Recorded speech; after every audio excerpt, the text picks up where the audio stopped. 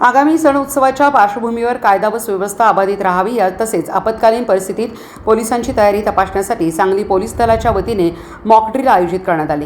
ही mock drill जिल्हा police अधीक्षक संदीप घोगे यांच्या मार्गदर्शनाखाली पार पडली। पुष्पराज चौक ते झुलेलाल चौक या मार्गावर काढण्यात आलेल्या या मॉकड्रिलमध्ये संशयास्पद परिस्थिती हाताळणे, गर्दी नियंत्रण तसेच आपत्कालीन घटनांवर तात्काळ प्रतिसाद देण्याबाबत प्रत्यक्ष सराव करण्यात आला। संपूर्ण मार्गावर चोख पोलीस बंदोबस्त तैनात करण्यात आला होता। या मॉकड्रिल प्रसंगी संदीप भागवत विभागीय पोलीस अधिकारी, मुकुंद कुलकर्णी वाहतूक शाखा पोलीस निरीक्षक सुधीर भालेराव पोलीस निरीक्षक विश्रामबाग, सतीश कदम पोलीस निरीक्षक संजयनगर तसेच अरुण सुगावकर पोलीस निरीक्षक सांगली शहर हे उपस्थित होते।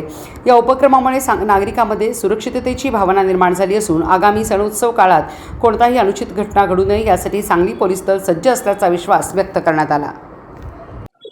आगामी होणाऱ्या आंबेडकर जयंती आणि शिवजयंती, बसवेश्वर जयंती या होणाऱ्या सणाच्या पार्श्वभूमीवर कायदा आणि सुव्यवस्था सांगली जिल्ह्यामध्ये, विशेषतः सांगली शहरामध्ये अबाधित राहावी यासाठी सांगली जिल्हा पोलीस दलातून आज सांगली पोलीस ठाणे हद्दीमधील झुलेलाल चौक या ठिकाणी रोड मार्च आणि जंगल काबू योजना राबवण्यात आलेली आहे।